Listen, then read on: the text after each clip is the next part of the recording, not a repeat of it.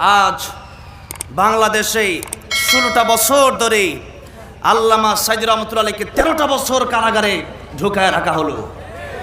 আল্লামা মামুনুল হককে তিনটা বছর কারাগারে ভোগ করানো হলো। আলেমদেরকে ফাঁসি দেওয়া হলো। আজকে আমরা প্রতিবাদ করতে পারি নাই বলেই আল্লামা সাইদির আলোচনা থেকে আমরা দীর্ঘ 13টি বছর বঞ্চিত ছিলাম। এই জন্য যেখানেই জুলুম সেখানেই কি হবে? প্রতিবাদ হবে।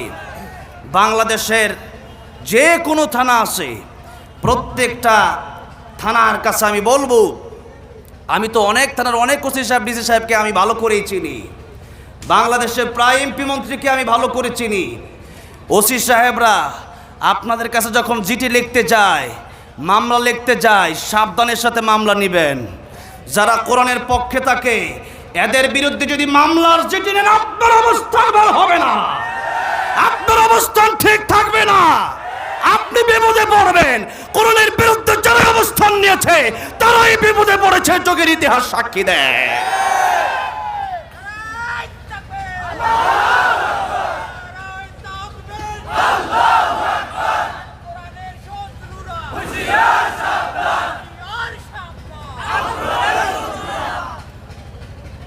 ফরিদ আহমেদ সোহাগ সাহেব তিনি বলেছেন, আমার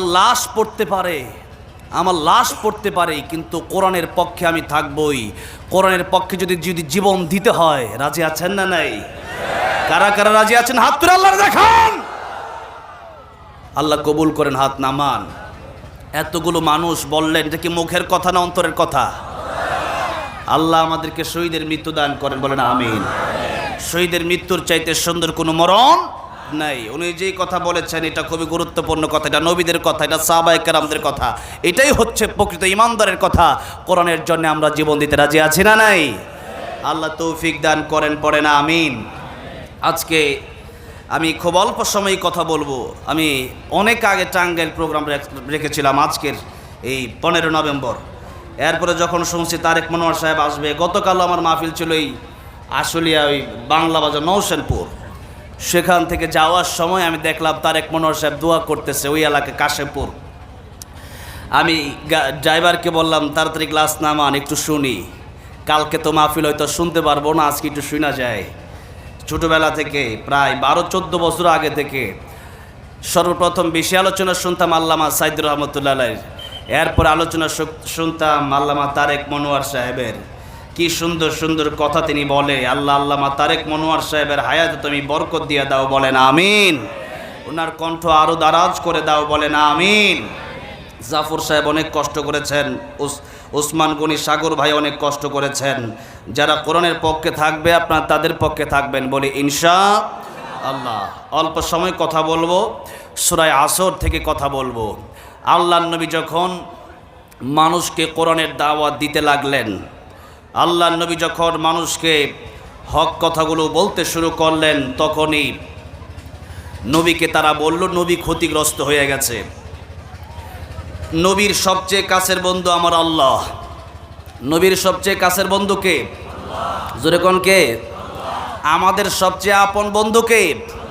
সূরা মায়েদা আল্লাহ রাব্বুল আলামিন বলছেন, ইন্নামা ওয়ালিয়ুকুমুল্লাহু ওয়া রাসূলুহু ওয়াল্লাযীনা আমানু আল্লাযীনা ইউকিমুনাস সালাতা ওয়া ইউতুনাজ যাকাতা ওয়া হুম রাকিউন। আল্লাহ বললেন, ইমানদার যারা, মুমিন যারা, তাদের বন্ধু হবে 3 জন। জোরে বলেন, কয়জন হবে তাদের বন্ধু? 3 জন তাদের বন্ধু। আল্লাহ বললেন, 1 নম্বরে ইন্নামা ওয়ালিয়ুকুমুল্লাহ, 1 নম্বরে ইমানদারের বন্ধু হবে স্বয়ং আল্লাহ। জোরে কোন 1 নম্বরে আল্লাহর বন্ধু কে হবেন? যখন আমার কেউ ছিল না তখন ছিলেন আমার আল্লাহ, যখন আমার কেউ রবে না তখন রবেন কে? এই পৃথিবীতে আজ থেকে প্রায় 100 বছর পূর্বে এখানে আমরা কেউ ছিলাম না, তখন আমাদের বন্ধু ছিলেন আল্লাহ। মায়ের পেটের ভিতরে যিনি খাওয়ালেন তিনি কে? মায়ের বুকে দুধের ব্যবস্থা করলেন যিনি, তিনি কে? মায়ের বুকে দুধের ব্যবস্থা করলেন আমার আল্লাহ। আল্লাহ রাব্বুল আলামিন আয়াতের ভিতরে বলছেন, হাল আতা আলাল ইনসানি হিনুম মিনাদ দাহর লাম ইয়াকুন শাইআম মাযকুরা। মানুষ তো ছিল জিরো, কিছুই ছিল না বর্ণনা করার মতো। সেখান থেকে আমি আল্লাহ রাব্বুল আমিন তারে বানায় দিলাম হিরো। ও দুনিয়ার মানুষেরা, একটু যদি কেউ চিন্তা করে, এক সময় ছিলাম আমি নাপাক পানির ভিতরে, তাও এক সময় ছিলাম না, ছিলাম শুধু রুহু। সেই বডির ভিতরে আল্লাহ রাব্বুল আমিন রুহু দিলেন। এরপরে দুনিয়াতে আসলাম। হাত ছিল, পা ছিল, জবান ছিল, কিন্তু কথা বলার মতো শক্তি ক্ষমতা আমার ছিল না। হাত ছিল কিন্তু এই হাতে শক্তি ছিল না। পা ছিল কিন্তু পায়ের ভিতরে চলার মতো ক্ষমতা আমার ছিল না।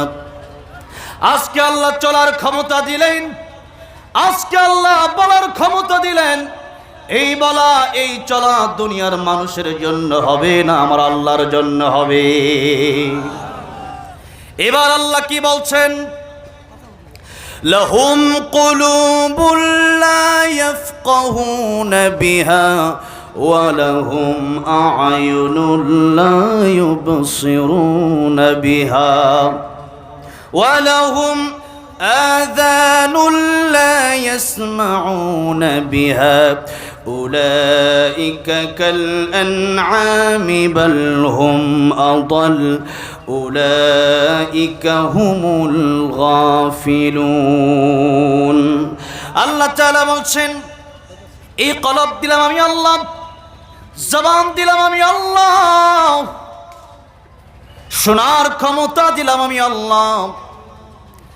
এই কলব দিয়ে আমার কোরআনকে তারা বোঝার চেষ্টা করল না।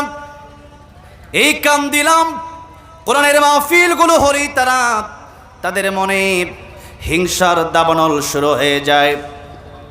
কোরআনের মাহফিলগুলো তারা শুনতেও চায় না, নিজেও শুনতে চায় না, আরেকজন শুনবে তাকেও শোনাতে চায় না। জবান দিলাম কোরআনের কথা বলার জন্য, কোরআন পড়ার জন্য, তা না বলে আরেকজনের গীবত বলে বলে বেড়ায়। একজন মানুষ ভালো মানুষ, তার বিরুদ্ধে অপবাদ দিয়ে বেড়ায়। তাদের ব্যাপারে আল্লাহ রাব্বুল আলামিন বললেন, উলাইকা কাল আন'আমি বাল হুম আদাল। তারা কুকুরের চেয়ে নিকৃষ্ট, শূকরের চেয়ে নিকৃষ্ট। অন্য আয়াতের ভিতরে আল্লাহ রাব্বুল আলামিন বললেন, ওয়ালাকাদ কাররামনা বনি আদম। এই পৃথিবীতে আমি আল্লাহ রাব্বুল আলামিন যা সৃষ্টি করেছি, অন্য আয়াতের ভিতরে চারটা কসম খেয়ে সূরা ৩ আল্লাহ রাব্বুল আলামিন বললেন, ওয়াত-তিনি ওয়াজ-যাইতুনি ওয়া তুরি সিনিন ওয়া হাযাল বালাদিল আমিন লাকাদ খালাকনাল ইনসানা ফি আহসানি তাকওয়িম। আল্লাহু আকবার। আল্লাহ তাআলা বললেন, চারটা কসম খেয়ে আল্লাহ বললেন, আকাশ জমিন, চন্দ্র সূর্য গ্রহ নক্ষত্র আমি আল্লাহ রাব্বুল আমিন যা সৃষ্টি করলাম, সবচেয়ে সুন্দর করে আমি আল্লাহ তোমাদেরকে, মানুষকে আমি আল্লাহ বানিয়েছি। বলেন সুবহানাল্লাহ। আল্লাহ বলেন সবচেয়ে সুন্দর করে বানালাম, শ্রেষ্ঠত্ব দিলাম সবচেয়ে বেশি। মানুষের দাম বেশি না ফেরেশতার দাম বেশি? কাদের দাম বেশি? মানুষের দাম বেশি। মানুষের দাম তখনই বেশি, সূরা রহমানের প্রথম 4টি আয়াতে আল্লাহ তাআলা বলছেন, আর রহমানু আল্লামাল কুরআনা খালাকাল ইনসানা আল্লামাহুল বায়ান। দয়াময় তিনি, কোরআন শিখালেন যিনি, মানুষ বানালেন যিনি, মানুষকে এই সুন্দর ভাষাগুলো শিক্ষা দিলেন যিনি। এই সূরা রহমানের দ্বিতীয় আর তৃতীয় আয়াতের দিকে যদি লক্ষ্য করেন, তাহলে খেয়াল করলে দেখতে পারবেন আল্লাহ রাব্বুল আলামিন বললেন, আগে শিখালাম কোরআন, পরে বানালাম মানুষ। আমরা তো দেখলাম আগে আমরা পৃথিবীতে আসলাম, এরপরে কোরআন শিখলাম। কিন্তু আল্লাহ রাব্বুল আলামিন বোঝাতে চাইলেন মানুষের ঘর থেকে জন্ম নিলেই শুধু মানুষ হওয়া যায় না। আসল মানুষ, গুণগত মানুষ, মানুষের মতো মানুষ হতে হলে কোরআনের শিক্ষা দরকার। জোরে বলেন আছে না নাই? কোরআনের শিক্ষা যদি দেশে না থাকে, কুকুরের যেমন বিয়ের দরকার নাই, মানুষের বিয়ের দরকার হবে না। গরুর যেরকম বিয়ের দরকার নাই, মানুষের বিয়ের দরকার হবে না। মানুষ মানুষের হক মেরে নেবে। চুরি, ডাকাতি, ছিনতাই, হামলা, মামলা, মানুষের বিরুদ্ধে একজন আরেকজন লেগেই থাকা। কোরআনের এই আইন যদি চালু না থাকে তাহলে চুরি, ডাকাতি, হামলা, মামলা সব হবে। আর এই দেশের ভিতরে যেদিন থেকে শুধু আমরা মুখে মুখে বললেই হবে না, সংসদের ভিতরেই যেদিন আল্লাহর কোরআনের আইন চালু হবে সেই দিনই বাংলাদেশ শান্তিতে বসবাস করতে পারবে বাংলাদেশের মানুষ। এই জন্য বাংলাদেশের সংসদে কোরআনের আইন পাশ করার দরকার আছে না নাই? আজকে বাংলাদেশে কোরআনের সংসদে কোরআনের আইন আছে না নাই? হ্যাঁ আছে। কালকে জিজ্ঞাসা করলাম আছে নাকি, কই আছে? আল্লাহ যে বললেন আস-সারিকু ওয়াস-সারিকাতু ফাকতাউ আইদিয়াহুমা, চোর চুরি করবে তার হাত কেটে দাও। ছেলে হোক, মেয়ে হোক, পুরুষ হোক, মহিলা হোক, চুরি করলে হাত কেটে দাও। আর বিগত 16 বছরে আপনারা শুনেছেন কিনা জানি না, আমি শুনেছি বাংলাদেশে সবচাইতে সামান্য বিচার ছিল চোরের বিচার, হালকা বিচার ছিল চোরের বিচার। এটা কোনো ধর্তব্যই না। আর বিগত 16 বছরে সবচেয়ে কঠিন বিচার ছিল তাদের জন্য যারা এই কোরআনের ময়দানে আল্লাহর কোরআনের কথাগুলো বলেছে। তাদেরকে ফাঁসি দেওয়া হয়েছে, তাদেরকে জেল দেওয়া হয়েছে, গরুর রশি বেঁধে বেঁধে তাদেরকে টানা হয়েছে। ঠিক কিনা বলেন? সবচেয়ে কঠিন বিচার তাদেরকে করা হয়েছে। গত 16 বছর যদি আল্লাহর কোরআন দিয়ে দেশগুলো চালানো হতো, গত 16 বছর যদি যারা চুরি করেছে একটা চোরকেও যদি বাইতুল মাকরমের সামনে হাজার হাজার মানুষের সামনে পত্র পত্রিকায় দিয়া, এরপরে সময় টিভি, যমুনা টিভি সবগুলো নিউজকে নিয়ে যদি এরপরে ভিডিও সহকারে একটা হাত কেটে দেওয়া হতো, এই দেশের চুরি বন্ধ হয়ে যেত। আজকে চোরের কোনো বিচারই ছিল না, ডাকাতের কোনো বিচার নাই। এদিকে ডাকাতিও করে, ওইদিকে ওসি সাহেবের সাথেও তলে তলে টেবিলে মারে, সবই আছে। পুলিশ কয় ঠিক আছে জেলে নিতেছি, জেলে নিয়ে যায়, 3 দিন পরে আবার চোর ডাকাত হইয়া বের হয়ে আসে না নাই? অথচ আল্লাহর কোরআনের কথা বলার কারণে মানুষ আল্লাহর ওলি হয়ে যায়। কি হয়ে যায়?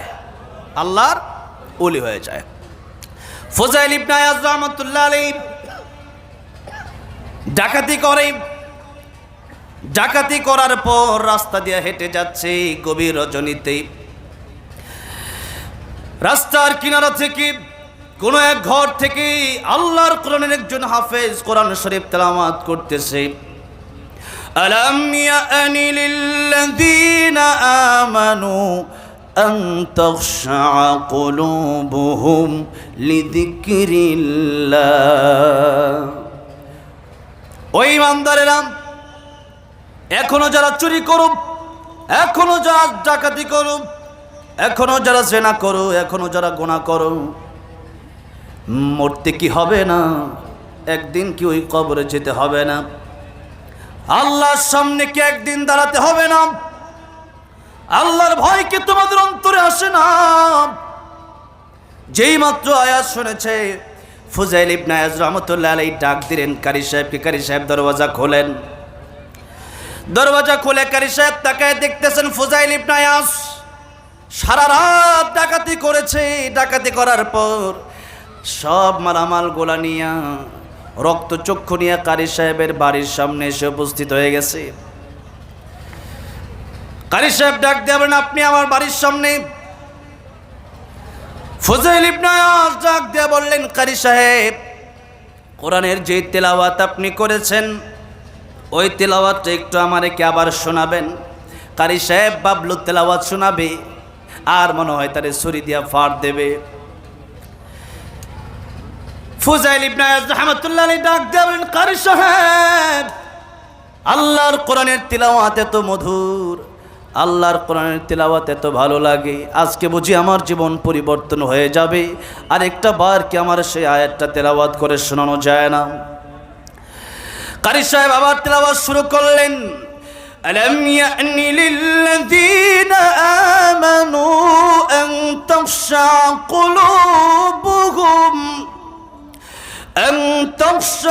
কুলুবুহুম লিযিকরিল্লাহ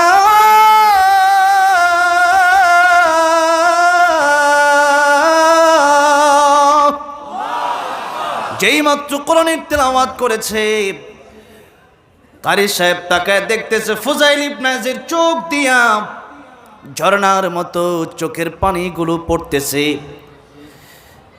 কারি সাহেব ডাক দেয়া বললেন, আপনি ডাকাতের সর্দার, আল্লাহর কোরআনের তেলাওয়াত শুনে দেখি আজকে আপনি কাঁদেন, আপনার চোখের পানি বের হয়।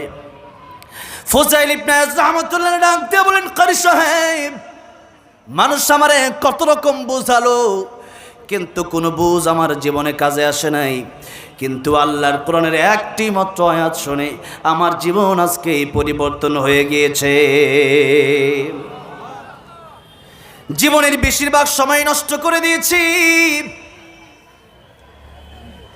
আজকে যদি আপনার কোরআন তেলাওয়াত না শুনতাম, হয়তো আরো বাকি জীবনটাও নষ্ট হয়ে যেত।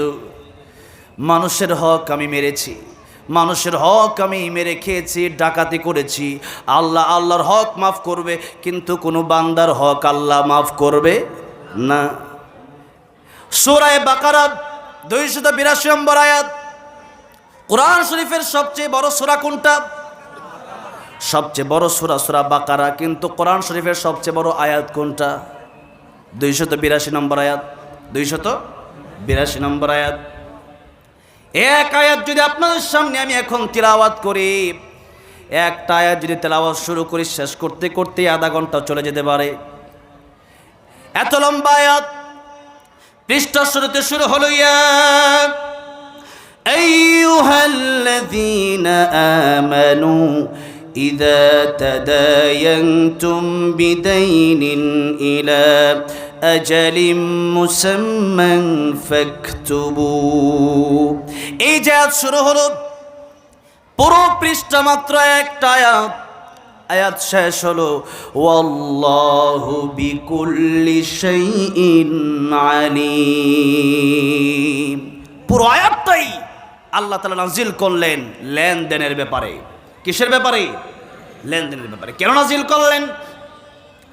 কারণ অন্য আয়াতের ভিতরে আল্লাহ বললেন, কুল ইয়া ইবাদিয়াল্লাযীনা আসরাফু আলা আনফুসিহিম লা তাকনাতু মির রাহমাতিল্লাহ ইন্নাল্লাহা ইয়াগফিরুদ যুনুবা জামিআ ইন্নাহু হুয়াল গফুরুর রহিম। ও নবীজি, আপনি আমার বান্দাদেরকে বলে দিন, যারা গুনাহ করে ফেলেছে, যারা অন্যায় করেছে, নিজের নফসের উপর জুলুম করেছে, তারা যেন আমি আল্লাহর কাছে তওবা করে। তুবু ইলাল্লাহি তাওবাতান নাসুহা। তওবার মতো তওবা যদি করতে পারি, আমি আল্লাহ জিন্দেগীর সব গুনাহ মাফ করে দেব। সুবহানাল্লাহ।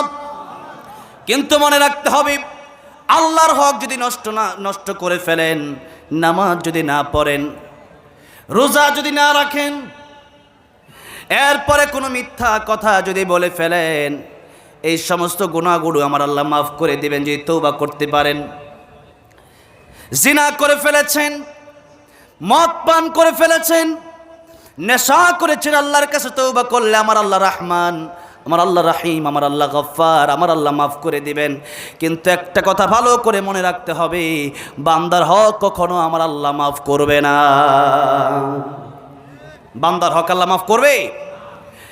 কিয়ামতের ময়দানে মানুষ তাকায় দেখবি, এক একজন মানুষের আমল নামায় নামাজ ছিল, রোজা ছিল, হজ ছিল, দান সাদাকা ছিল, এরপরেও মানুষ তাকায় দেখবে তার জীবনে কোনো আমল নামা তার কাছে নাই। মিজানের পাল্লায় দেখবে নেকামলের পাল্লাটা হালকা হয়ে গেছে। ওই ব্যক্তি চিন্তা করবে নেকামলের পাল্লা কেমনে হালকা হলো। তাকায় দেখবে 10,000, 20,000, 30,000 এক দোকান থেকে বাকি খেয়েছিল, একজনের কাছ থেকে একটা জিনিস চেয়ে নিয়েছিল, ওই জিনিসটা তারে ফিরে দেয় নাই, সেও দাবি মাফ করে নাই। বোনের হক নষ্ট করে দিয়েছিল, বোন তো তারে মাফ করে নাই। বোনের হক নষ্ট করে এরকম লোক আমাদের দেশে নাই নাকি অভাব নাই? আমার দাদির কথাই যদি আমি বলি, আমার দাদির বিঘাকে বিঘা জায়গা ছিল, আমার দাদির বাইরে সব নিয়ে গেছে, দাদির এক আনাও দেয় নাই। এখন দাদি এখনো কান্দে। এখন আমার দাদি যদি কান্দে, আমি আজকে আমার দাদির ভাইদেরকে বোঝাইতে পারি না, আপনাদেরকে আমি আর কি বোঝাবো? তবে একটা দায়িত্ব আমার আছে, ফাযাক্কির ইন্নামা আনতা মুযাক্কির লাস্তা আলাইহিম বিমুসাইতির। আল্লাহ বললেন নবী যে আপনার দায়িত্ব হলো আপনি মানুষকে উপদেশ দেন, আপনি মানুষকে কোরআনের ওয়াজ শোনান। কোরআনের আলোচনা শোনার কারণে মানুষ ভালো হবে, তাদেরকে পিটালে ভালো হবে না। পিটানোর কারণে মানুষ ভালো হয় না, বরং আরো খারাপ হয়ে যায়। ঠিক কিনা বলেন? কিন্তু আল্লাহর কোরআনের কারণে দাওয়াত ও তাবলীগে গিয়া অসংখ্য অগণিত চোর ডাকাত আল্লাহর ওলি হয়েছে, এরকম ঘটনা আছে না নাই? এই জন্য বলতে চাই, যত আজ শুনবেন এগুলো ভালো করে বাড়িতে নিয়ে যান। এগুলো এখানে রেখে গেলে ওয়াজের কোনো লাভ নাই। ওয়াজ বাড়িতে নিয়ে যান। আর যদি আপনি বাবা হয়ে থাকেন, ছেলেকে জায়গা দিয়ে দিলেন, মেয়েকে জায়গা দিলেন না, মেয়ের জায়গা ছেলেকে দিয়ে দিলেন। ছেলেকে দেওয়ার পর এই মেয়েটাকে বললেন তোমার জন্য দোয়া করে দিলাম। আপনি বাবা হয়ে তো এই কথা বলতে পারেন না, হক তো আপনি দিবেন না। হক দিয়েছেন কে? হক দিয়েছেন কে? হক দিয়েছেন আল্লাহ। আপনি কিসের দোয়া করবেন? দোয়া তো আপনি বাবা মা হিসাবে করবেন, এমনি করবেন। জোরে ঠিক, সে ঠিক না বে ঠিক? দোয়া তো আপনি এমনি করবেন, তবে আগে তার হক দেওয়ার পরে তার জন্য দোয়া করতে হবে। ঠিক কিনা? হক দেওয়া নাই, বড় ভাই হয়েছেন, বছরকে বছর বোনের জমি ঘোরাচ্ছেন, বোনের জমি দেন না, কোনো টেনশন নাই। যদি কোনো বোনেরা শোনে আপনাদের কোনো টেনশন নাই। এই দুনিয়াতে টাকার গরমে হয়তো বিচার হয় না, কিয়ামতের ময়দানে ইনসাফের বিচার আমার আল্লাহ কায়েম করবেন কি করবেন না? মানুষের হকের কারণে অনেক ইবাদত করেছেন, হজ করেছেন, যাকাত দিয়েছেন। এত ইবাদত কিয়ামতের ময়দানে কাজে আসবে না যদি মানুষের হক মেরে খান, মানুষের বিরুদ্ধে গীবত করেন। এই জন্য মানুষের হক আমার আল্লাহ মাফ করবে না। ফুজাইল ইবনে আয়াজ রাহমাতুল্লাহ আলাইহি চিন্তা করলেন, এত বড় অন্যায় আমি করেছি, এত বড় অপরাধ আর করেছি, যেই অপরাধ আমার আল্লাহ মাফ করতে পারে না। এই জন্য মানুষের হক নিয়ে নিলে পরে আবার তার হক ফেরত দিতে হবে, অথবা তার কাছ থেকে ক্ষমা নিতে হবে, তবেই আপনার আল্লাহ মাফ করবে। এছাড়া মাফ পাওয়ার কোনো সুযোগ নাই। আমার ভাইরা, আমার বন্ধুরা, আমার মুরব্বী বাবাজিরা, বলতেছিলাম আল্লাহ রাব্বুল আলামিন বললেন, ও দুনিয়ার মানুষেরা, এক নম্বরে তোমাদের বন্ধু হলাম আমি আল্লাহ, দুই নম্বরে ওয়া রাসূলুহু, দুই নম্বরে তোমাদের বন্ধু হবে আমার রাসূল। দুই নম্বরে আমাদের বন্ধু কে হবেন? আল্লাহর রাসূল। যেই নবীর কারণে ইসলাম পেয়েছি, কোরআন পেয়েছি,